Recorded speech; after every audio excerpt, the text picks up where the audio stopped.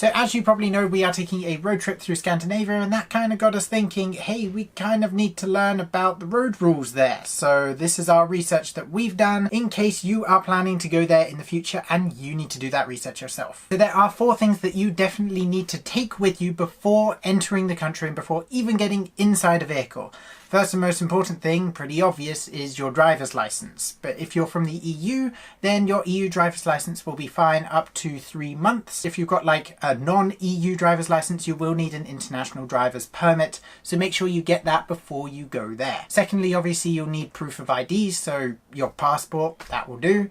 Thirdly, you'll need proof of insurance on the vehicle you're driving, whether it's your own or you're renting one. So if you're renting one, more than likely they'll provide some documentation. Make sure you have that with you. If you've got your own vehicle, have a printout ready to hand. Fourth and finally, you will need proof of ownership. So if you own the car yourself, you need the proof of ownership in your glove box. If you are renting a car, again, they'll provide you with a piece of paper. Make sure you have it. Then once you have these 4 essential things, there are also some other things that you need inside the vehicle at all times by law. Firstly, if you're driving a left-hand drive vehicle, more than likely if you are, it will be like from the UK, then you need to have special headlight deflector things. Basically, the headlight beams are pointing the wrong way when you drive on the other side of the road.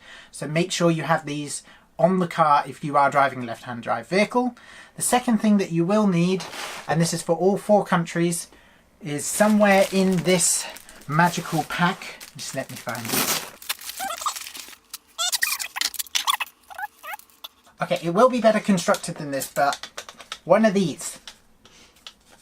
So this is a warning triangle. So essentially you put this behind your car when you've broken down so that other cars approaching you, especially in the dark or in like rain or snow, they can see this and know that you've broken down. And also if you're on the side of the road and the police see you, they know you've broken down as well. Also rental companies, if you are renting a car, make sure that they have these on. They should, because all vehicles by law should have these sort of things, but make sure they do, because it's you who's going to get in trouble if the police stop you and you don't have them. The next thing that's only required by law in actually only Norway, but it's probably a good idea to have them in all countries, is one of these. And one of these per person in your vehicle. Only in Norway do you have to have one of these by law, but it is a good idea because, you know, if you break down in the middle of the night or you just need to get out your car, wearing one of these, other people will see you and not hit you with their own car. Have one. In Norway, Denmark and Finland, if you are towing a caravan, then you will need like special elongated mirrors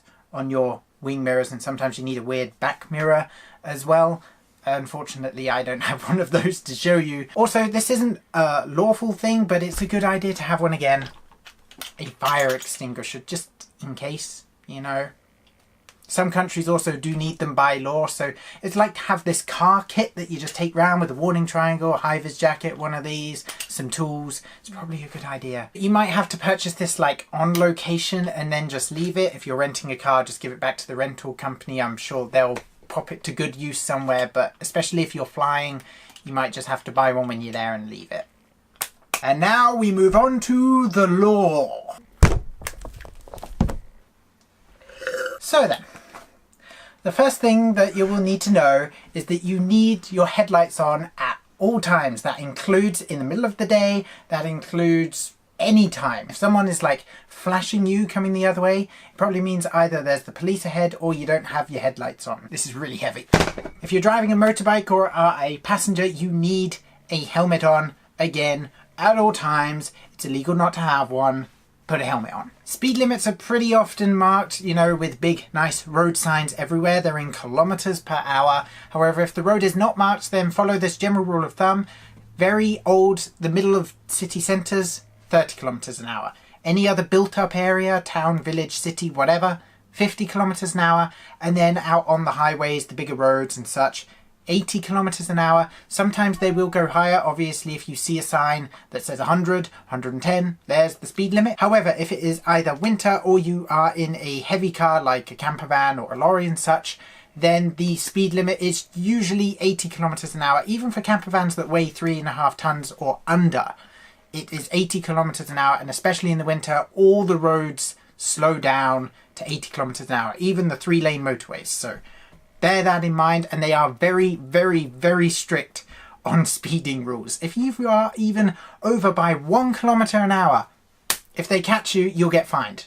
They're on the spot, and they can do that. Another thing that they are very strict on is alcohol. If you are caught drunk driving, then you can be fined and even jailed immediately on the spot, which is never good. And also, their, what's it called, the blood limit, you know, the percentage of alcohol you can have in your blood. In the UK and the US, it's 0.08% or 80 milligrams. In Norway, it is 0.02%, so it's 4 times stricter. That's not even 1 beer. So obviously, you know, you can wait for it to go through your system a bit, but if you have 1 beer and then immediately go driving, that's over the limit, that's illegal.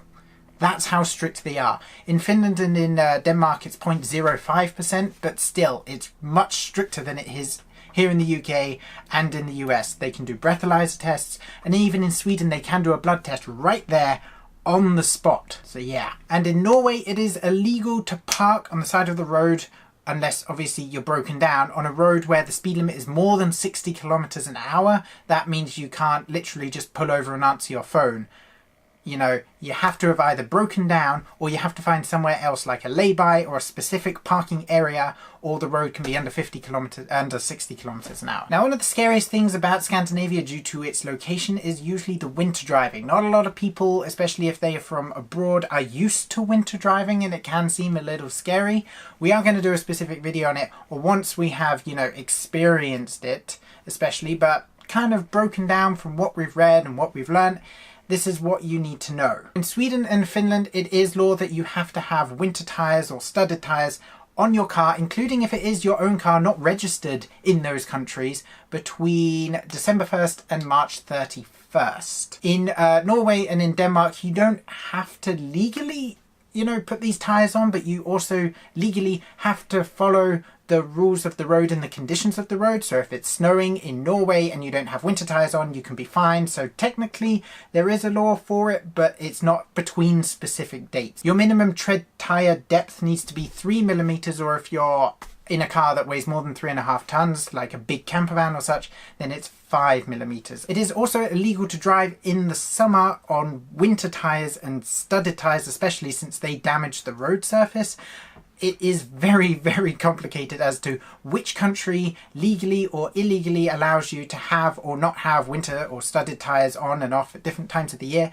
I've left a link down in the description below which goes through each country specifically about their rules and regulations. So have a look at all the countries you are visiting, because honestly, for me to explain it, it would take way too long and probably get very complicated. Just use your common sense. Trams and buses, pedestrians, cyclists, they all have right of way over cars in Scandinavia. You know, you pass on the left, don't pass on the right. That's just don't. And if you are driving in rural areas, then obviously be aware that there are anywhere reindeers, bears, wolves, moose, I don't know what else lives up there, but they can literally just wander out crossing the road at any time. So just take it slow, especially at night when they're more likely to be out and about and you can't see as well.